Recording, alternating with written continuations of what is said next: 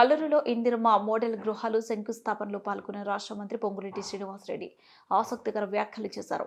MLA Raghamayya Dayanand కోరినట్టు కల్లూరుని municipality అంశం నెల రోజుల్లోని ప్రకటన విడుదల చేస్తానని, దీంతో పాటు కల్లూరులో డిగ్రీ కళాశాల, పాలిటెక్నిక్ కళాశాల, ఆర్టీఓ కార్యాలయం కూడా త్వరలో మంజూరు చేస్తామని హామీ ఇచ్చారు. మన కల్లూరు మండలానికి వస్తే సోదరిమణి 2-3 కోరికలు అడిగింది. ఈ మండల స్థానికుడిని కాబట్టి ఒకటి డిగ్రీ కాలేజీ కావాలని అడిగింది సోదరిమణి.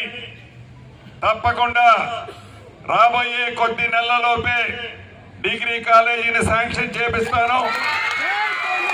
రెండవది ఆర్టీఓ ఆఫీసు లేని మాట వాస్తవం. ఆర్టీఓ ఆఫీసుని కూడా దాని మంత్రిని నేనే కాబట్టి ఆర్టీఓ ఆఫీసుని కట్టిస్తాను. ఒక పాలిటెక్నికల్ కాలేజీని కూడా కల్లూరు హెడ్ క్వార్టర్ లో కట్టించుకుందాం. ఇంకా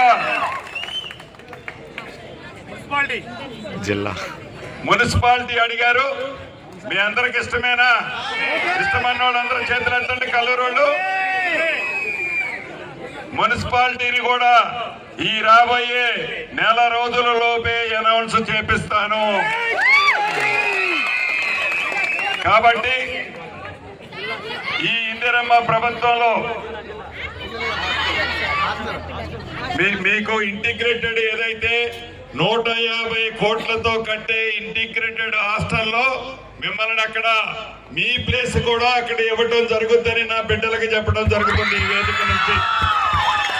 అదే రకంగా ఏవైతే ఈ కల్లూరు మండలానికే కాదు, ఈ సత్తుపల్లి నియోజకవర్గం సొంత నియోజకవర్గం కాబట్టి ఆడబిడ్డ అడుగుతుంది కాబట్టి మా దయానంద్ గారు గడిచిన 10 సంవత్సరాలు 12 సంవత్సరాల నుంచి ఇదే నియోజకవర్గంలో కాలుకు బలపం కట్టుకొని ప్రజలందరి మధ్య ఉండే వ్యక్తి.